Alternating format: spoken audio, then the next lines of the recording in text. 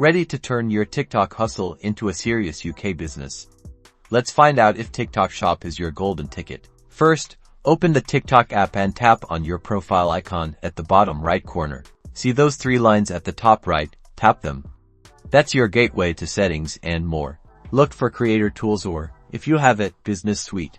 If you see either of these, you're one step closer. Tap on it. If you don't see these options, you may not meet the criteria for a shop just yet.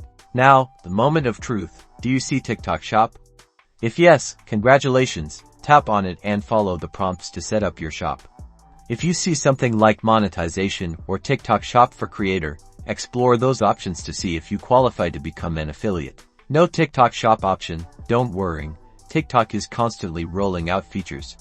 Make sure your account meets their requirements, usually a certain follower count and consistent content creation.